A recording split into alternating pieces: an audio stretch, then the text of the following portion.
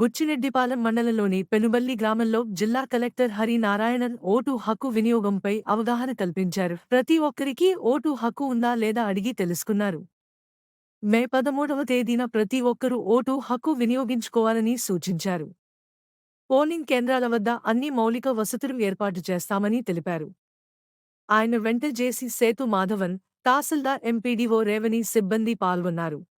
నివసిస్తున్నారు.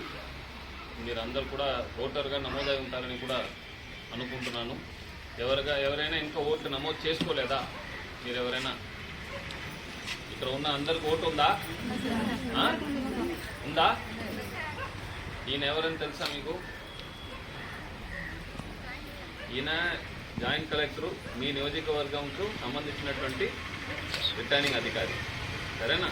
నియోజకంలో ఎన్నికలు సజావుగా జరుపుకోవడానికి అన్ని చర్యలు చేపడుతున్నటువంటి అధికారి ఈయన. అదేవిధంగా మీ ఎంఆర్ఓ గారు మీకు అసిస్టెంట్ రిటర్నింగ్ అధికారి, మీ మండలికి సంబంధించిన అన్ని విషయాలు కూడా ఆయన చూస్తారు. మీ బిఎల్ఓ ఎవరు?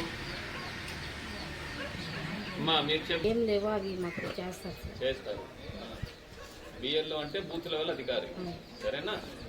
మీకు బూత్లో ఒక బూత్ లెవెల్ అధికారి ఉంటారు. ఆ బూత్ లెవెల్ అధికారి వచ్చేసి ఈ గ్రామంకు సంబంధించిన బూత్కు సంబంధించి ఎవరికైనా ఓటు నమోదు చేయాలన్నా, ఏమైనా సవరణ చేయాలన్నా, ఎవరైనా అభ్యంతరాలు తెలియజేసినా దాన్ని పరిశీలన చేసి దాన్ని ఎలక్ట్రల్ రిజిస్ట్రేషన్ ఆఫీసర్కి పంపించి వారి ద్వారా చేయిస్తారు.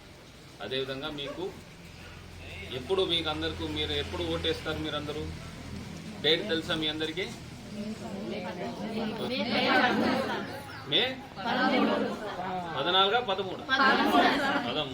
మే 13 మీరందరూ ఓటేస్తారు. ఎక్కడ ఓటేస్తారు? హై స్కూల్ దగ్గర ఓటేస్తారు. మీ బూత్ అందరు తెలుసా ఎక్కడ ఉందని? Very good. ఇక్కడ ముఖ్యంగా మేము ఈ గ్రామంకు సందర్శించడం, ఈ గిరిజన కాలనీ ఏదైతే ఉందో మీకు ఇక్కడ రావడం కారణం ఏంటంటే, ఎవరైతే మనకు వెనకబడి ఉన్నారో వాళ్ళకు ఒక నమ్మకం కలిగించాలనే ఒక ఉద్దేశంతో, స్వేచ్ఛగా వచ్చి మీరందరూ వచ్చి ఓటేయాలని ఒక నమ్మకం కలిగించాలనే ఒక ఉద్దేశంతో ఇక్కడ రావడం జరిగింది. సరేనా? మీ ఊర్లో ఉన్న వాళ్ళందరూ వెళ్ళి ఓటేస్తారా?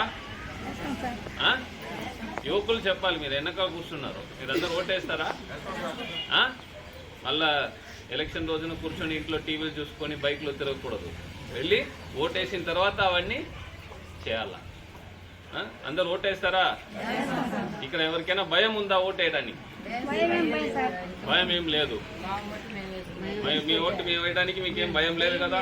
మంచిది. అట్లా గట్టిగా ఉండాలి వాళ్ళు అందరు. నువ్వే కుర్రాళ్ళు కూడా పూర్తి చూపించాలి. సరేనా? తర్వాత ఇక్కడ ఆయన ఎంఈఓ గారు మాట్లాడేటప్పుడు మీకు తెలియజేశారు. ఇక్కడ ప్రతి ఒక్క స్కూల్ దగ్గర కూడా మంచి టెంట్ వేయిస్తాము, మీకు మంచినీటి సౌకర్యం కల్పిస్తాము. ఇప్పుడు ప్రతి స్కూల్ వద్ద కూడా మీకు ఎవరికైనా కాలు నడక ఇబ్బంది ఉంటే కూడా ర్యాంప్ కూడా ఉంది. మెట్లు ఎక్కాల్సిన పని కూడా లేదు, మీకు ర్యాంప్ కూడా ఉంది.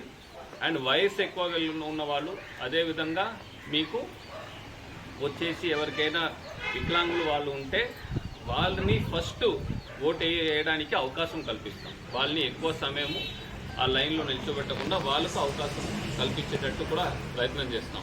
గర్భిణీ స్త్రీలు, ఎవరైనా వికలాంగులు, అదేమైనా ఎక్కువ వయస్సు కలిగే వాళ్ళు ఉంటే తప్పనిసరిగా వాళ్ళకు ప్రాధాన్యత ఇస్తూ వాళ్ళని ముందు ఓటుకు వినియోగించేటట్టు ప్రయత్నం చేస్తాం ఖచ్చితంగా. సరేనా? కాబట్టి మే 13వ తారీఖున ఈ గ్రామం నుంచి ఎంతమంది వచ్చి ఓటేస్తారు? 100% చేస్తారా? 100% చేస్తారా? మీ ఇంట్లో ఎన్ని ఓట్లు ఉన్నాయి? 7 ఓట్లు ఉన్నాయి. 7 గ్రూపులో ఓటు వేస్తారా? 7 గ్రూపులో ఓటు వేసేటట్టు మీరు చేయాలి. చేస్తారా?